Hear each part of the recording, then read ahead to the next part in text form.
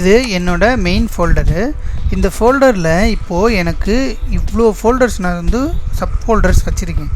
இந்த ஃபோல்டர்ஸோட நேம் எல்லாம் நான் வந்து அட் அ டைமில் நான் காப்பி பண்ணணுன்னா எப்படி பண்ணலாம் அப்படிங்கிறதான் பார்க்க போகிறோம். ஒரு ஃபோல்டர் 2 ஃபோல்டர்னால் இந்த மாதிரி நம்ம வந்து எடிட் பண்ணி காப்பி பேஸ்ட் பண்ணிடலாம். பட் மோர் தென் 10 or 20 இந்த மாதிரி இவ்வளோ ஃபோல்டர்ஸ் இருக்குன்னா நம்ம ஒவ்வொரு இதையும் எடிட் பண்ணி காப்பி பண்ணணுன்னா ரொம்ப டைம் எடுக்கும். சிம்பிளாக எப்படி பண்ணலாங்கிறத இப்போ நம்ம பார்த்துடலாம். இப்போ உங்களுக்கு வந்து ஒரு 2 மெத்தட் சொல்லித்தரேன். எப்படின்னா ஃபஸ்ட்டு இந்த ஃபோல்டர் மெயின் ஃபோல்டருக்குள்ளே போயிட்டு Ctrl+A கொடுத்து இந்த மாதிரி ரைட் கிளிக் பண்ணிவிட்டு காப்பி ஆஸ் பாத் அப்படிங்கிற மாதிரி ஒரு ஆப்ஷன் காமிக்கும். அதை கிளிக் பண்ணி நம்ம வந்து காப்பி பண்ணிக்கணும். அப்படின்னா என்னென்னா இந்த ஃபோல்டரோட பாத் வந்து நமக்கு காப்பி ஆகும்.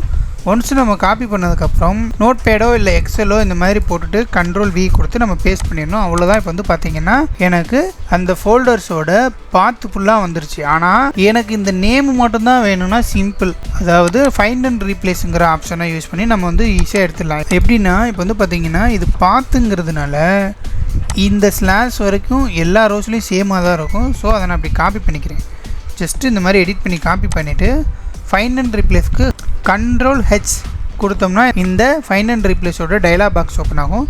இங்கே நான் இப்போ காப்பி பண்ணதை பேஸ்ட் பண்ணிவிட்டு இது வரைக்கும் எனக்கு தேவையில்லைன்னா சிம்பிளாக ரீப்ளேஸ் ஆல் கொடுத்தோம்னா நமக்கு அந்த இது மட்டும் டெலீட் ஆகிட்டு நமக்கு ஃபோல்டரோட நேம் மட்டும் வந்துடும். இப்போ வந்து பார்த்திங்கன்னா என்கிட்ட நான் என்னென்ன ஃபோல்டர் வச்சுருந்தேனோ அந்த நேம் எல்லாமே வந்துருச்சு. இதுக்கப்புறம் உங்களுக்கு என்ன வேணுமோ நோட் பேடில் காப்பி பண்ணணும்னா இந்த மாதிரி காப்பி பண்ணிக்கலாம். இல்லை வேறு ஏதாவது வந்து மெயிலில் காப்பி பண்ணால் காப்பி பண்ணி சென்ட் பண்ணிக்கலாம்.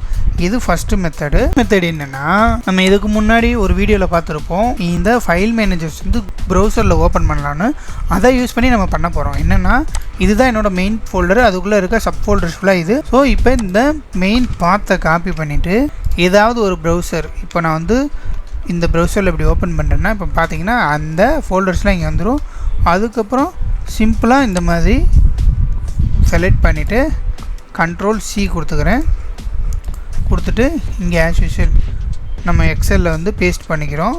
பேஸ்ட் பண்ணும்போது பேஸ்ட் ஸ்பெஷல் அப்படிங்கிற ஆப்ஷனை யூஸ் பண்ணிங்கன்னா நமக்கு இந்த மாதிரி பேஸ்ட் ஆகிரும்.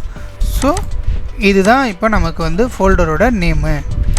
ஸோ இதில் எண்டில் வந்து இந்த மாதிரி வந்து PDF, XLX இதெல்லாம் வேணாம்னா நீங்கள் வந்து டெலீட் பண்ணிக்கோங்க.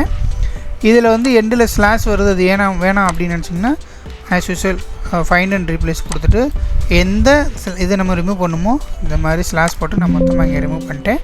அதே போல் இப்போ நான் CSV, PDF இதெல்லாம் ரிமூவ் பண்ணணுன்னா இந்த மாதிரி நீங்கள் CSV, PDF இதெல்லாம் போட்டு ஒவ்வொன்றா ரிமூவ் பண்ணிட்டீங்கன்னா நமக்கு இந்த ஃபோல்டரோட நேம் மட்டும் வந்துடும்.